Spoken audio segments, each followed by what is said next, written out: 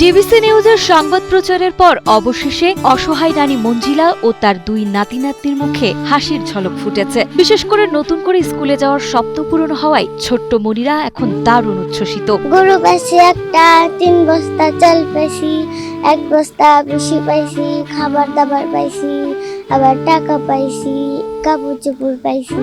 আমি এখন লেখাপড়া চালিয়ে যেতে পারবো।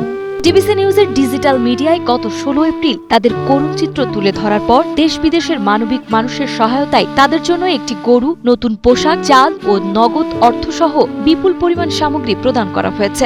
অভাবনীয় এই সাড়া পেয়ে বৃদ্ধা মঞ্জিলা ডিবিসি নিউজ সহ সকল সহায়তাকারীদের প্রতি গভীর কৃতজ্ঞতা প্রকাশ করেন। গত 2 দিন আগে ডিবিসি বাড়িপুর আসছিল, আমার অবস্থা দেখে ভিডিও করছে। চাউল ডাউল কিংবা ভুসি, বকন বাছুর, গরু আর মাছ মাংস, কাপড় চোপড় এগুলা নিয়ে আসছে। এটা আমি খুব খুশি। আমি এগুলো দোয়া করব। ষাটোর্ধ্ব মঞ্জিলা বেওয়ার জীবন ছিল চরম দুর্দশাগ্রস্ত। স্বামী হারানোর পর 4 সন্তানের কেউই তার খোঁজ নিতেন না। এর মধ্যেই স্বামী পরিত্যক্ত মেয়ে 2 সন্তান নিয়ে তার আশ্রয়ে এলেও গত রোজায় ব্রেন স্ট্রোক করে মারা যান সেই মেয়ে। এতে 8 বছরের নাতনি মনিরা ও নাতি হুসাইনকে নিয়ে অথৈ সাগরে পড়েন অসুস্থ মঞ্জিলা। অভাবের তাড়নায় বন্ধ হয়ে যায় শিশুদের পড়াশোনা। ভাঙাচোরা ঘরে অর্ধাহারে দিন কাটানো এই পরিবারের জীবন তখন স্থবির হয়ে পড়ে। তা আমি মইলিও জানি ওই নাতি আমাকে জানাজা করা পারে, এই ইচ্ছে আমি নাতিটা আমি হাফেজ বানাবো, আমার বড় আশা।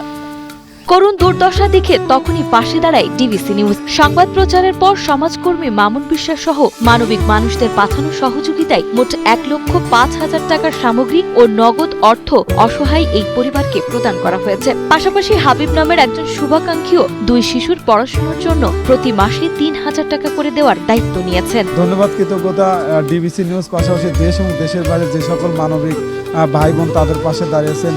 পাশাপাশি আমাদের হাবিব ভাই আছে, উনি ওনাদের মনিরাকে প্রতি মাসে 3,000 করে টাকা দিবেন। ডিবিসি নিউজের সংবাদ প্রচারের পর অসহায় এই পরিবারটি এখন নতুন উদ্যমে বেঁচে থাকার স্বপ্ন দেখছে। নতুন জামা পেয়ে এবং আবারও স্কুলে ফিরতে পেরে ছোট্ট মনিরা ও হুসাইন এখন খুশিতে আত্মহারা। স্থানীয় সচেতন মহলের প্রত্যাশা বেঁচে থাকার এই অবলম্বন আর নিয়মিত পড়াশোনার এই সুযোগে 2 এতিম শিশু স্বাভাবিক শৈশব ফিরে পাবে। আমি আন্তরিকভাবে আল্লাহ শুকরিয়া আদায় করতেছি। আমি আপনাদের সাথে শরীক হতে পারছি, বা আমি আমার একটা অনুরোধ আপনারা শুনছেন। ঠিক সেই সাথে আপনারা যে মাকসাদ নিয়ে, যে উদ্দেশ্য নিয়ে দান করেছেন বা সহযোগিতা করেছেন, আল্লাহ পাক আপনাদের প্রত্যেকের এই দানকে কবুল করুক, আপনাদের উত্তম প্রতিদান দান করুন। এইভাবে যদি অসহায় পরিবারের পাশে দাঁড়ায়, তাহলে হয়তোবা আমাদের বাংলাদেশ একদিন উন্নত বিশ্বে স্থান করে নিতে পারবে।